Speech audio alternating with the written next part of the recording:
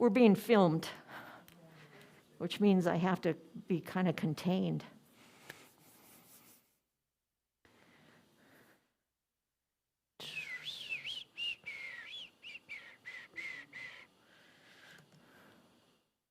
There we go. Okay. Oh, yeah. All right. I'm Zoanne. I am the reference historian for the Montana Historical Society. And what the heck does that mean? It means they don't let me play with things down in the museum. I am a researcher, and I work for the state archives. That is what is below our feet, or the state archives. And some of you have gotten tours. But feel free to come and get me one day, or give me a couple days warning that you're coming. My favorite thing is to give tours to people behind the scenes, because there is absolutely no way you can understand what this place is until you've seen what's behind the doors. And you'll understand then that we're not just a museum, we're the state archives. We have some of the best minds in the state working in our historic preservation department. We've got publishers, we've got editors, and it takes a whole lot of people to run this place. And we all have our own little niche. I wish one of us could do it all, but I think that person would be crazy if they did. So that's what a public historian is. Probably everybody you meet in this building would say that they are a public historian. It's a person who has chosen not to go into academia, very specifically, so that they can somehow, whether it's through a museum, preservation, and again, records, archives, bring history to the public. So that, now I will get off my high horse. And here we go. So I kind of have a thing for L.A. Huffman photos. Does anybody know who L.A. Huffman is? No? Julia, okay. I have an L.A. Huffman photo hanging in my kitchen. That's how much I love his photos. He captured the late years of the open range era, and then the beginning of the homestead era. And then what's amazing, and serendipitously, you wound up having here then Evelyn Cameron's photos, and she photographed the end of the homestead era in eastern Montana, the late homestead era. So we've got a little bit of everything. But for those of you who know Montana, what's missing from this picture? Say again? Corrals. Yes, ma'am. There's no fences, let alone corrals. So that's the beginning of our cattle industry. And it's hard to fathom, but at one time, most of the ranchers in Montana had their stock open range. And I'll get into that in a little bit. But L.A. Huffman, the photo I have is one of an ex-IT cook, and he's made 4 pies in the back of his chuck wagon. And anybody that can make 4 pies off the back of a chuck wagon deserves to be hung in my kitchen. All right. Brands are everywhere. And you don't have to come from the east side of Montana to know how relevant they are, because they're just as relevant on the west side of the divide as they are here.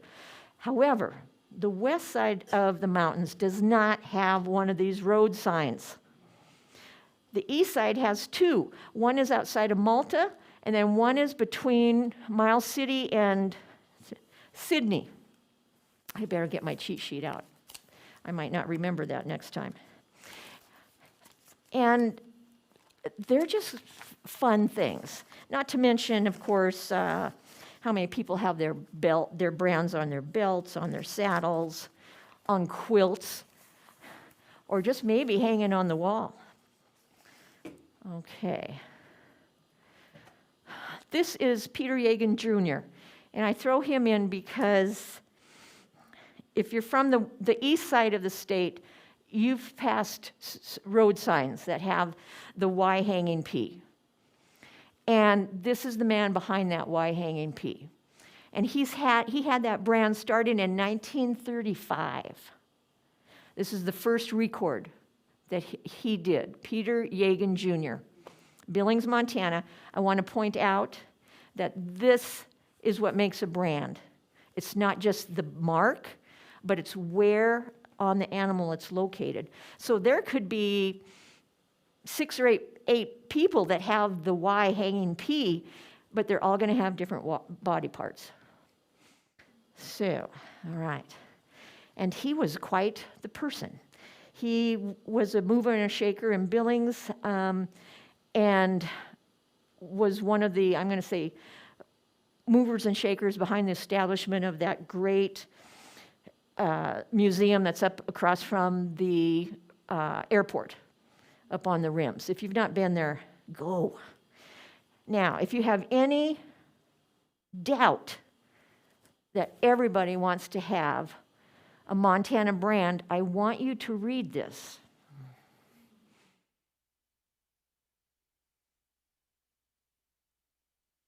So somewhere along the line, I don't know what I think. If it were just this, I think it was a typo, because you do John Baptiste would be my guess. You might just accidentally write or type in the, but it's on the written index as well. But I love how this is, people have been watching this for years. So a man by the name of, my guess is John Baptiste, got the 7-bar H in 1907. This is the written index, but in 1982, they want people to know, no way. In 1982, did they believe that was John the Baptist?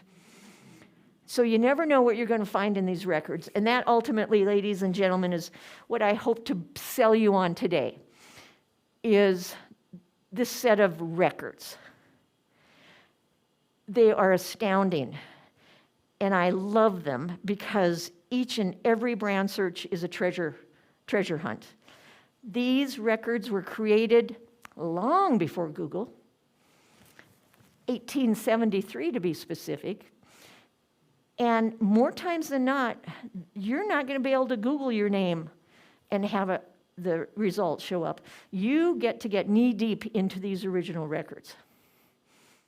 So, I probably will scare you a little with this, but I want to guarantee you that I'm here to make certain that if you want to find a family brand, if you want to find the history, I will make time, not today, but I will make time and we'll find it.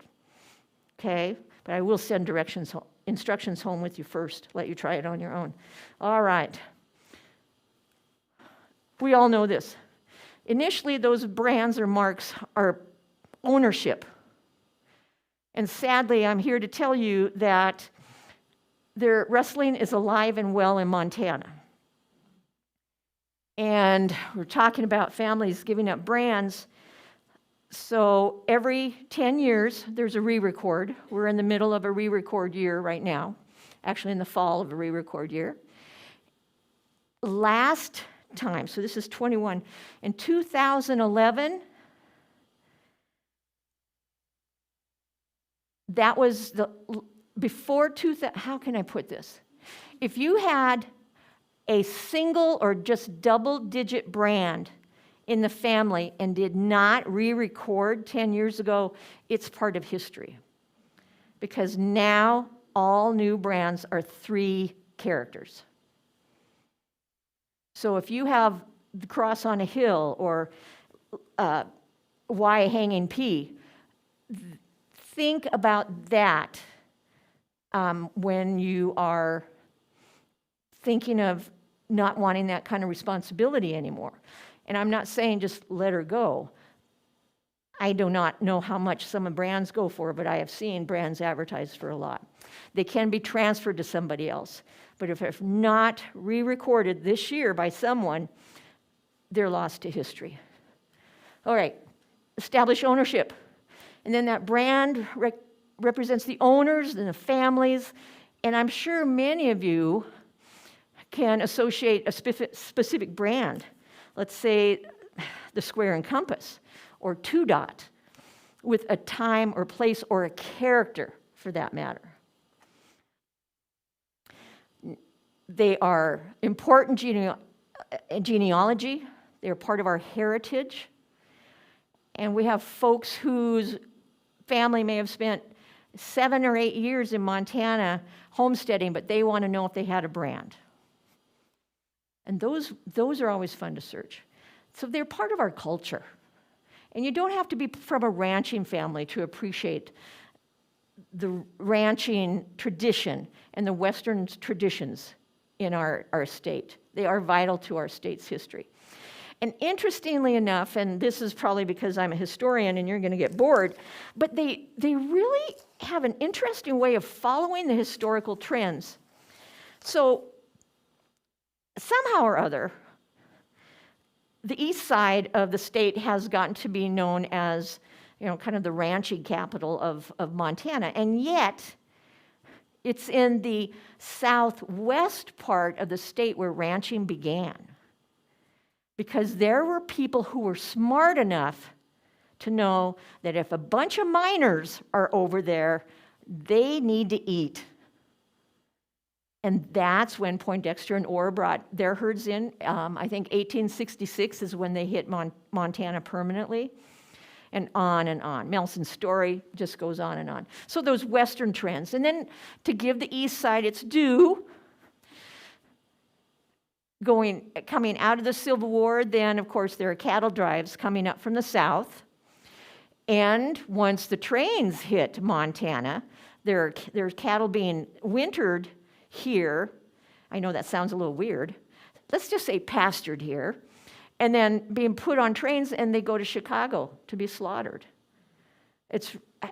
Montana's amazing.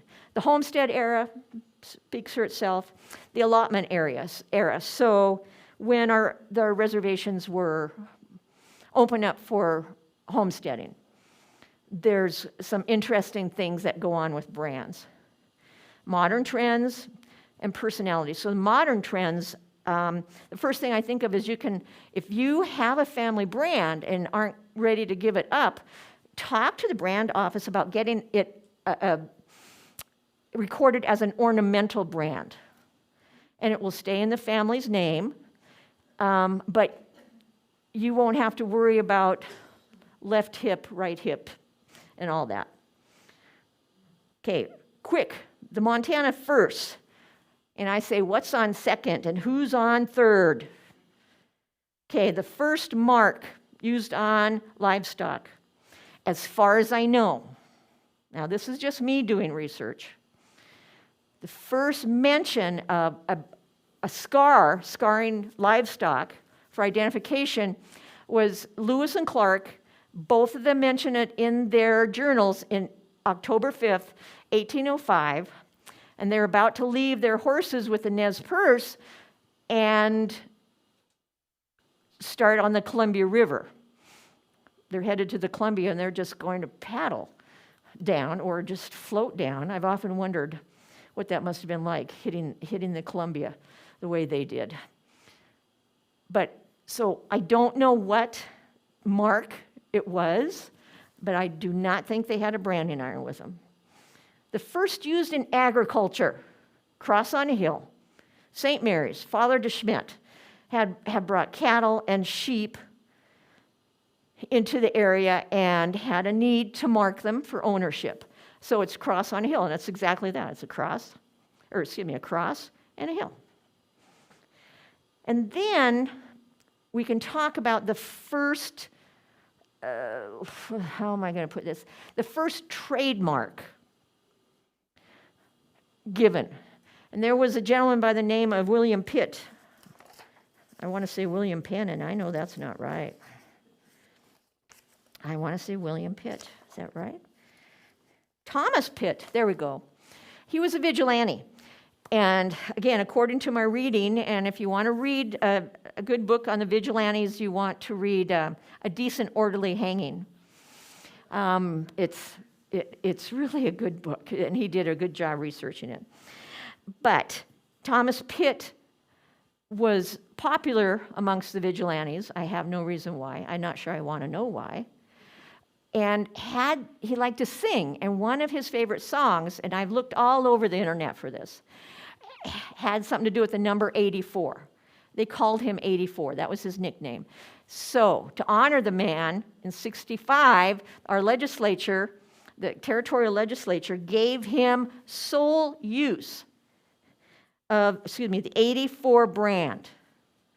Whether he wanted to put it on the kitchen sink, or a pig, or a rooster, or if he wanted to use it as advertisement, that was his. He had a monopoly on the number 84, that brand. Sadly, he doesn't live but a couple more years after 65, and his wife and children wind up in Salt Lake City, and that's where I stopped following them. But then we get the first one in today's system. And I call this the modern system because it's the same system we're using in 2021 and 1873. It's evolved, but it's a system that someone made up without a computer that allows us, if we're lucky, to follow a family brand all the way back to its beginnings. That's pretty amazing. Pretty amazing. All right. A quick overview of the history of these records. And again, these records, computer printouts, original records, and these are big volumes. They're like that. And the brands in them are hand-drawn. They're really quite the artifacts. All right. 1864, we have our first territorial legislation, and there's 9 Montana counties. Is that right? That's still right? 9 first counties. And they determined that people who want a brand need to report it and sign up for it at the county courthouse. Well, if you can envision what was Montana at that time, there's some places I'm not sure everybody had a county, let alone how do you get to it? And open range. So by 71, 72, the legislature knows that that's not working because cattle with the same brand are commingling even though they're not owned by the same person. And it's just not working. So 71, 72, the brand office is created. They're now right across the street. And I'll tell you, they take good care of those volumes. They do indeed. 1877, and at 71 and 72, they are mandated by law to keep the written record of brands available for anybody who walks into that office. Please don't just walk in. They're really busy, especially in this re-record year. But they still have them, and oh my gosh. It's a little bit of Montana magic for a history geek. I admit it. Okay, 1877, a law is passed that the brand office will from now on be at the center of government, the government seat. So whether they're at Bannock or soon to be in Helena, if they weren't already, that brand office is to be in the seat of government, wherever the capital is. Then 1885, does anybody like law history? Okay, I can understand that. That's called the cowboy legislature because there had been open range since de Smet brought his cows and sheep from the west. And imagine how hard it was to control rustling in those days. And after decades of lobbying, the legislature in 1885 did a series of laws to protect those who had cattle in the open range. It tells when you can brand, when you can't brand. You better not have a certain, what's it called? There's a kind of a straight edge branding iron, and rustlers had a short one that they used to carry because then they could manipulate the brands. Oof, we would not want to have been caught with one of those. 1911.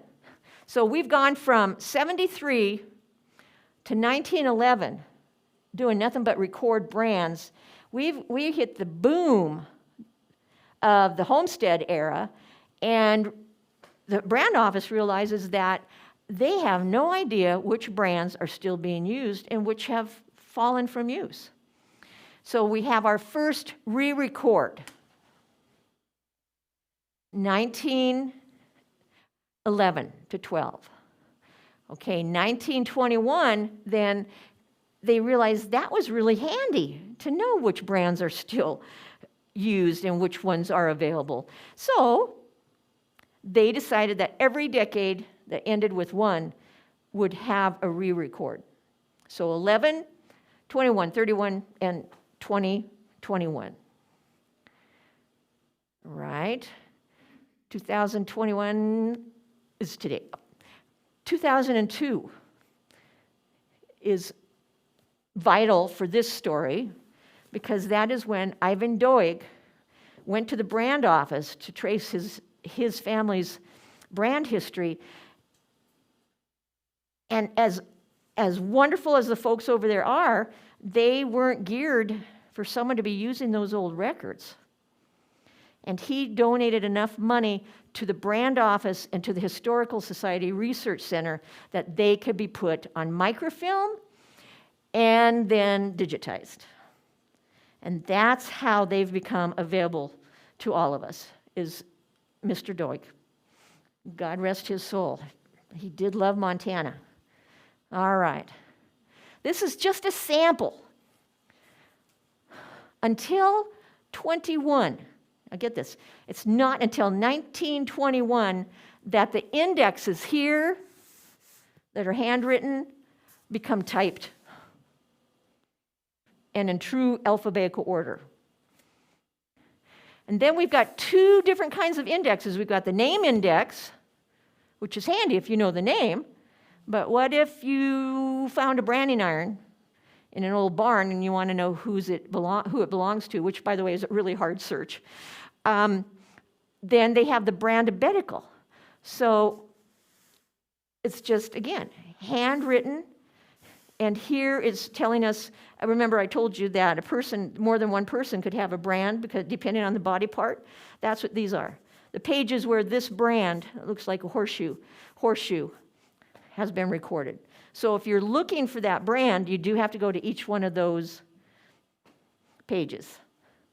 And it's not as bad as it sounds. Okay. Where it starts, Poindexter and Ore. What amazes me about Poindexter and Ore is they became partners in 1856. 9 years later, they bring some cattle up to Bannock because, again, miners have to eat. And they winter in the Beaverhead and realize that this is where they want to put down roots. And in 1866, that summer, they bring their cowboys, their butchers, their sheep, their cattle, and their horses and settle permanently in the Beaverhead. And I'm sure you know that these two men were movers and shakers because they were here to be successful. And they helped establish the town of Dillon and goes on and on. And in case you don't know, so the square and compass, they were Masons. And that is, I've been told, a Masonic symbol. Okay, connected with them. Sometime before they came to Montana, according to the story, Mr. Ore found a little boy wandering the streets of San Francisco or, one of the cities on the West Coast, and takes him home. And that young man winds up to be called Tommy Haw. His brand is OC. Can you guess what that stands for?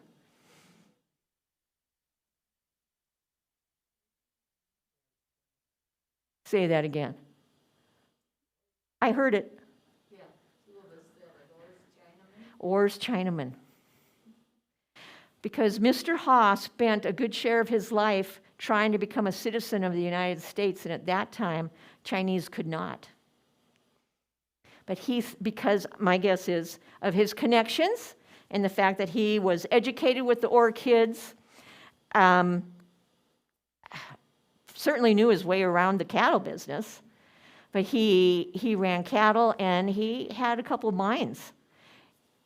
And that's when it was illegal for Chinese to own property in Montana. So he was able to get around some of those laws. And then we have the iconic Bar R. Ooh, brr. I'm not going to do this at the history conference. This just makes me cold. Okay, Bar R. So myth has it that Charlie Russell used to spend lots of cold evenings with Stadler and Kaufman's foreman in the Judith Basin. So Stadler and Kaufman were butchers and big-time beef producers. They were centered here in Helena. And it's the winter of 1885-86, and they get a letter. The foreman gets a letter, and he and Mr. Russell are sitting around the fire, and the foreman is, how can I tell them that we have no idea how many cattle are going to survive the winter, on and on and on. And Charlie Russell says, how about if I just draw a picture? And quite honestly, it says it all. So we have the original in the Russell Gallery here. It's in its own little kiosk. And I don't think this is the original, because I don't think there are that many wolves in the original. All right, one of my favorite stories. The tuning fork. So, Ida Pound and her mother in 1876, and think about this, 1876. That is the year that Custer meets his demise. So it's a really interesting time to come to Montana, I would think. But Ida and her mother have been waiting for Mr. Pound, who came to this territory with a group of cowboys and his sons to establish a ranch. And he finally indicates to them in 1876 that it's fine to come. The ranch is ready for you. So Ida, being a very young girl at the time, of course, packs her grand piano.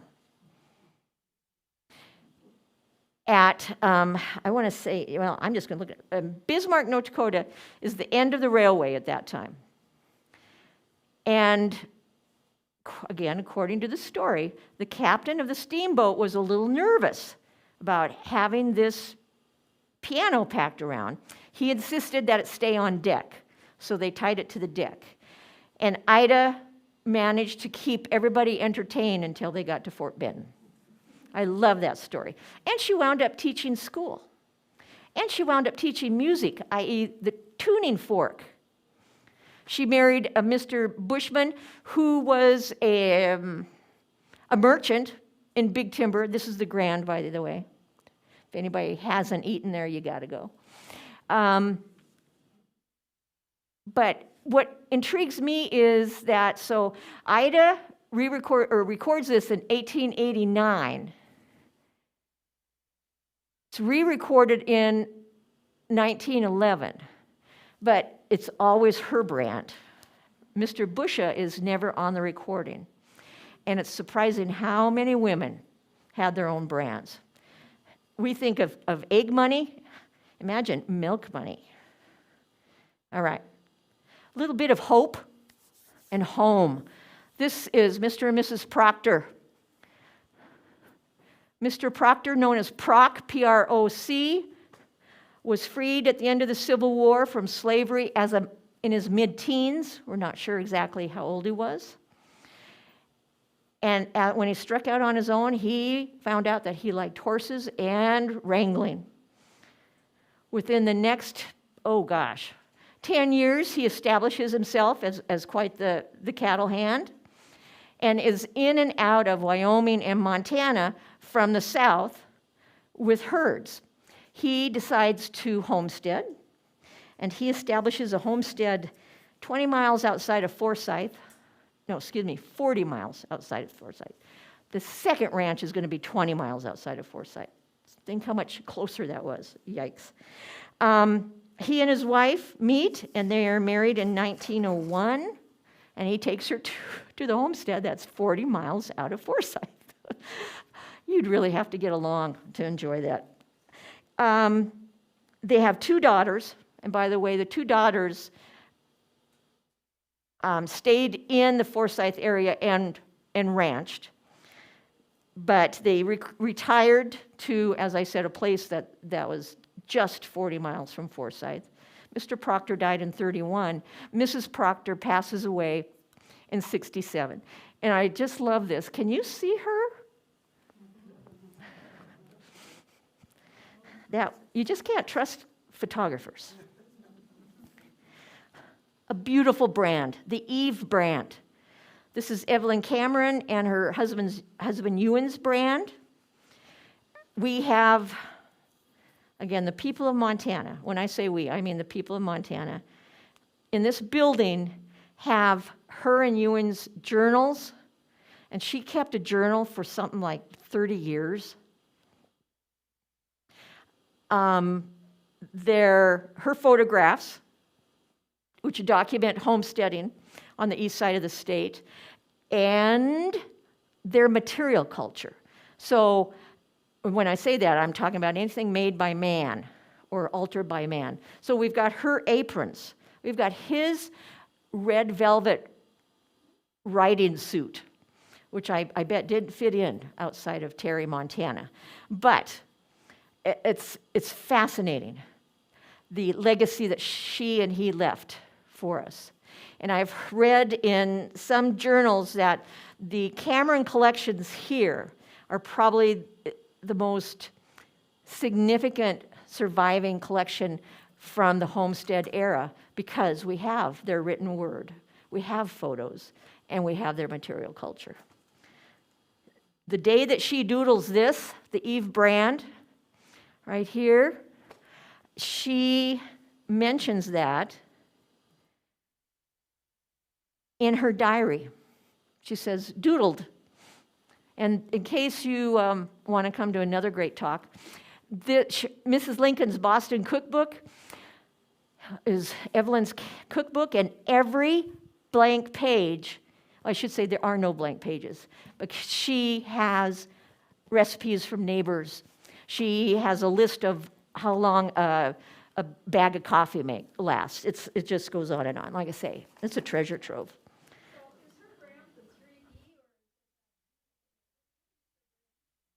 Eve, E-V-E. And we call it the Eve. I've heard old cowboys refer to it as the Eve brand. I can't say that I did. Which one is it? Can you see it here? Okay, all right, but I see something else down there that says. Right here. Yeah. It's very fuzzy, but that's the E brand too. So here is the Eve brand. This is the close-up, but it's too fuzzy. And you see that? Horses on a hill. Okay, the next one is, excuse me, MP Bar Michelle Pablo. He and his partner, Mr. Ellard, are given credit for being some of the people who saved the buffalo from extinction. He raised his herd in the Flathead, and about 1906 or so realized that buffalo and homesteaders didn't do well together. And he sells his herd to the Canadians, and they're putting a preserve outside of Wainwright. And is that Alberta? Yes, Alberta.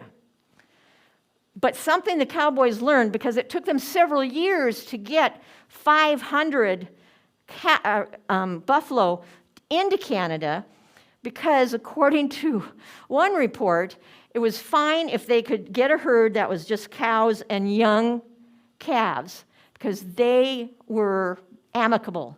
But if one big bull got in them, they were all lost, because the bull would get into a corral and just go through it. So the buffalo that survived, and when you see buffalo on the hill there above the buffalo bison range, think about the ones who escaped and their descendants. Will James, and I talk about this one because it's like the square and compass. So Will James, so interesting. He's Canadian, born in Quebec, winds up in prison in Nevada for rustling cattle, and while in prison decides to start drawing, and he does really well. He comes out, he gets a little bit of formal education, but he and formal education don't do well together. But he winds up doing the East Coast and the West Coast. He winds up illustrating and writing 23 books. And eventually, for his retirement, he buys a place outside of Pryor, Montana. He also had a really nice house in Billings. Rumor has it that he liked to drink. I don't know if that's true or not. But what's interesting about these is that, let's see, he died in 42. And so I don't know what happened to the brand between 31 and 37. But he sold the ranch, is my belief, because the people who own that ranch today have these two brands, Circle H and R, Rocking R. And then, oh gosh, this is just, I really have a hard time explaining this, but this ID stands for Indian Department. We got the Rocky Boy, we've got the Blackfeet, we've got the Flathead, we've Fort Belknap, Tongue River, so that's Northern Cheyenne. And I'm sure you're aware that the U.S. government and public believe that if the Indians could become farmers, then they could be saved. But the Indians were better at ranching, as were most of the reservation lands better for ranching. And so this is part of the government's interesting plan to keep track of the cattle, but to essentially, I'm going to say, prevent individual Indian folks of having large numbers. According to what I've read, cattle would be branded with the ID, and then they would write a number on him and keep track of that for the owners. And then, does anybody get AARP magazine? Okay. Oh, come on. These two might seem familiar because this is Margaret Carranza, and she is the third generation of the Carranzas to live outside of Sidney, Montana. Her family came to the area in the 1920s when the beet fields were starting, and the different beet companies advertised for Hispanics to come and labor, and they did labor. But the Carranzas flourished like nobody's business. She had a brother who was on the city council. They wound up with a couple of different ranches. And obviously, she is still ranching. But when I saw this was in the AARP magazine, I'm going to say probably 18 months ago, maybe 2 years ago, and I had to use their beautiful photos. And probably I'm breaking some copyright rules, but there are hundreds of thousands of brands in these records. Each one has a story. So we've got 2 Dot Wilson, 2 Dot Bar. Anybody been there? Yeah. I've heard that they're happy to see anybody. And then we've got the Nelson Story Yoke, And then had to put L.A. Huffman here. Huffman ranched for a short time with Lafier. So we've got the HL, and then, of course, 10 in Texas, the XIT. All right. So now I'm going to get back to talking about these records. All right. You do not have to take one if you don't want one. But these are, and it seems overpowering, but these are the directions for doing brand search. How many? 2? Oh, thank you, sir. Bernadette, do you want one of these? My mom knew the Carranza family. What? She lived in Fairview, my mother. It's a small state. They had to have been astounding people. Okay. So if that's not enough, I'll come back around. Folks? Okay. Welcome. Ma'am? Okay, you're going to share? Okay.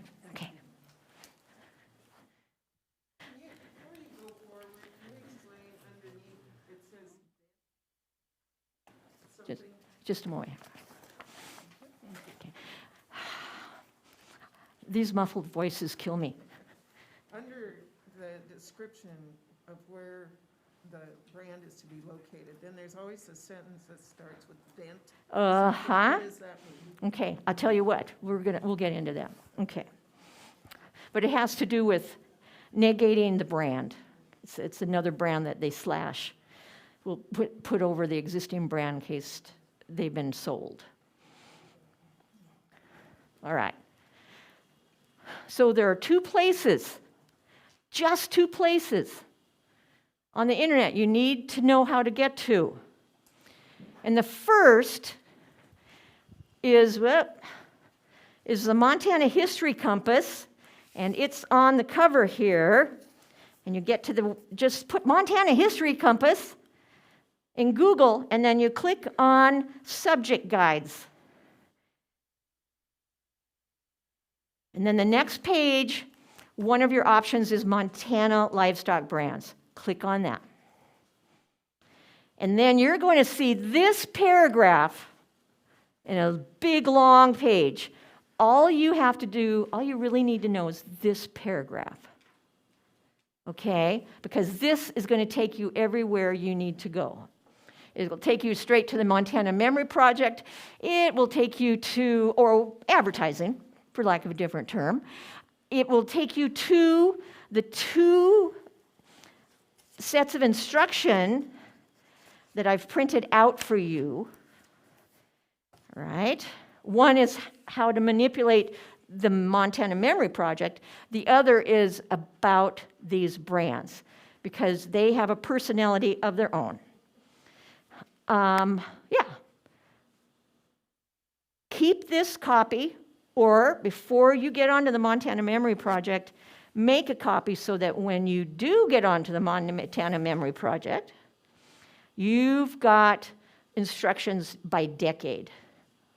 Hard copy instructions. All right. Here we go. So let's take a look at these. Now, I call this a paragraph. It just seemed right. So look at these. This could theoretically have 30 years of information. So here we've got Will James recording in 1931. We have whoever the brand was transferred to, 1937. But here, this number, that takes you back to 1921. That takes you back to the previous transfer or re-record. So this works until 1950. If you can find the family brand in 1941 to 50, you can just trace it back doing this. Amazing. And then, let's see, the vent for both below original. Vent below original. that vent is what they've described to me is just a slash. It's a brand that is a slash that will either go through or below or above the original brand when that beef is sold. It's a way to say this brand is no longer tied to this steer. It's just another brand. I'm sorry, I wasn't very clear there. Okay. Let's see. And that's, again, I've got 2 L.A. Huffmans. See? Back of a chuck wagon. Amazing. This is the Nighthawk. And I like this because what we're seeing is probably the sum total of this cowboy's worldly possessions. Except my guess is he's got another horse somewhere. And the Nighthawk, of course, was the cowboy or cowboys who would ride through the herd at night. And you hear about stories about cowboys singing, and it would have been them who were singing to the herd to keep them still. So I wouldn't want to be out one night with someone who couldn't sing very well, but I don't think they would have been complaining. Okay, so lots of stories. And I hope my cause did not get lost in the stories, because each one of those stories originates with a brand, and each brand has its own story. There are ways that we can go through these records. Let me see here. Might be, no, okay. So there are a couple things. Just take your time. This, do you remember, I remember, do you remember having to learn long division? This is easier than that. It is. But you are going to have to give up Google and this idea that everything is at your fingertips. It's not, because a good share of the information created by mankind was done before Google. And the reason searches work is because if they're lucky enough, things have been printed or typed and they're clear enough that they can use software called ocular recognition. So you put in Zoanne Stoltz, and that's not a very good example. I don't know where I'd show up. So you put in Ida Pound, and the internet searches documents for what you've typed in. And so newspaper articles show up. This brand does not show up, at least the last time I tried, because the OCR only works if it's a very clear image. Okay? But again, don't get frustrated. I tell you, the first brand you find, you're going to feel like celebrating. And I am here. I'm the reference historian. Just get online. That's where my name will show up. Research Center, and I will set some time aside and help you explore your brand history. Okay? Questions? Boy, I talked more than I wanted to, but I'm sorry. No questions? Come on. So do you give out your phone number? See, I can't hear. Do you give out your phone number, or do we have to? Oh, no, if you want to write, wait a minute. Okay. Aren't I professional? Yes, you are. Thank you. You bet. Excuse me. You know where to find me. I have a question. Yeah. When you're starting, you said there's the name index, certain point, Yes. but if you don't find them on the name index, or if you want to find more about them, what's your next step? Okay. So if you're looking at 1921 and the name's not there, chances are they didn't have a brand in 1921. So when you start, a colleague says, have all of your resources in front of you.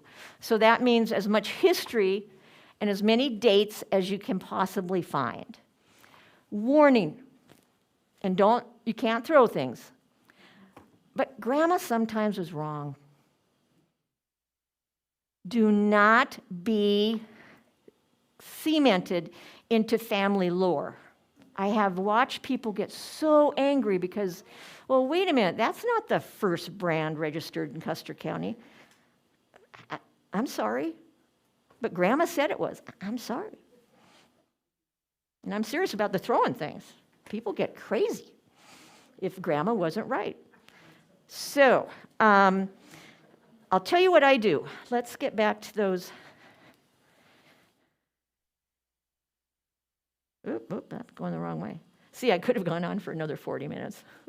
That was a threat. Let's see. Okay. So if I have a name, if I feel that there's any chance of the name showing up in 21, 31, or 41, I go to these printed indexes. And that's just from experience. Okay? However, I got bad eyes. I will do anything to avoid these. And this is really nice. You can read this. Not all of the handwritten indexes are this clear. And so if you have a brand, go into the brand abetical. And this one, well, the horseshoe's got, I don't know, a dozen entries. But you see how many of them just have one page. So there you go. And what happens if you have more than one entry? Well, you go to the right body part. You just keep doing pages until you've got the right body part. That sounds weird, doesn't it? What is the logic in the brand abetical index? I'm sorry, say again. The logic or reasoning, how do you determine? Oh, that's a really good question. Actually, how we've got the brand abetical, that's no joke. They're in order by brand.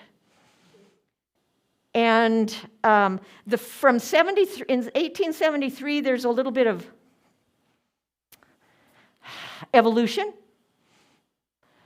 But by 1911, you can go through that volume, and if you've got a lazy K hanging Y, you go to the Ks and you go to the KYs, and you're going to find Charlie Russell's brand. The ones that don't have letters or numbers are called character brands. And so there's going to be a section on squares, on diamonds, on clubs, circles. I'm trying to, there's a section on birds, figures that look like, brands that look like birds. And so it's just fun to look. So looking for quarter, circle, bar. Oh my word. So is there a section for quarter? Yes, circle? yes. Okay. Yes, is it the hump up or down? Up. Okay, yeah. And weirdly enough, I've seen old cowboys see their brand on a little tiny page 50 feet away. They can spot it. This is statewide, not by county, when you search. This is statewide. Statewide. Starting the first day that when Poindexter and Ore were recorded, February 1873. But I'm here to remind you that there are also 155 other brands recorded that day.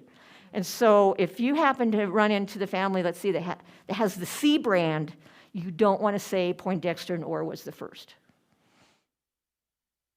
I'm not sure what Grandma's told them, but they're pretty territorial about that first record. Yes? The names index, are they by book or do they cover Every decade. by decade? They're by decade. And one of these handouts, it's multiple pages, goes by decade to explain how each decade has its own personality. They're all similar, but at the same time, our forefathers were evolving. And when I look at the homestead era, I just can't imagine. There were tens of thousands of brands recorded in 10 years. But we can get on these records and we can find them. So kudos, I have so much respect for our ancestors. I hope you do too. And thank heaven they stuck it out, because we're all here today to talk about it. So, good questions. What else have I missed? Oh. Okay, so I love to help with searches, but I will have to say the Montana History Conference is a week from today, and I won't be around until the following Monday. Is that? Yeah. And my apologies, but I get to talk about food and cookbooks there. So just, you can throw recipes at me. All right. Yes, sir. The Poindexter descendant was the Poindexter collection. Yes. Now, I don't know if it was a son or a grandson. I think it's a grand, Okay. it's the son, territorial governor of all places, Hawaii. He was practicing law in Dillon. Territorial governor in Hawaii. Why? He was the only territorial governor in Hawaii who was, and he was reappointed 3 times. What? Okay, just I have to write that down. Nice place to be. Yeah, much different in the winter. Okay, so Poindexter. And in case you're wondering why we're talking about Poindexter, the gallery, the portraits that are available for viewing, there are several that are very modern, and most likely they come from our Poindexter collection. And story has it that this grandson wound up working in New York, evidently made money, and on his way to and from work would pass shops that had this art for sale. And he didn't particularly appreciate it. And at some point he decided, by golly, I'm going to figure out what this is all about. And he created a huge collection of modern art. And you got half of it. And I believe the Yellowstone, the one that's the old jail, the Yellowstone Museum in Billings got the other half. And that's a story, because imagine the director and the head of the museum, the head of the research center, and all of them sitting around a table trying to decide whether they want a collection of modern art. And as far as I know, none of the artists are from Montana, but at the same time, it's really cool. It's really cool. And I would invite you for a tour of the art, but they're all locked up now. It's just one of those things that's happened because of the construction. So, but when this is done, ask for a tour of the art rooms and there's just not room to hang everything that's down there. And some of it is really a little too modern for my taste, but it's really cool. And it's a great story. His heart stayed in Montana. Yeah, thank you. Great, love learning things. Folks, you've been so patient with me as I chatter. Thank you so much. And I will be expecting several calls so I can make appointments to help you search for brands. Actually, it takes more time now when it's digitized. Sometimes it takes more time to get to the page you want than it does to actually figure out where that brand is. But it's still great. Still great. And safe travels, everybody. Yes, ma'am. If we want to do a tour, do we just call? Well, you can't have a tour right now. Oh, I can give you a tour of the research center. Yeah. Like, that's what you're talking about, all the archives now? Yeah, I am more than happy to give you a tour of the archives. My brother had to leave, but he's very interested in that, so I'll call in October. Okay, perfect. I'm Janet, thank you. You bet, you bet. And then you can give us some insight on how we Okay, market our brands or what we do. all right. Because we have all 2-digit or 1-digits. Ooh, you have a, oh, Yeah, yeah. but we procrastinate. I don't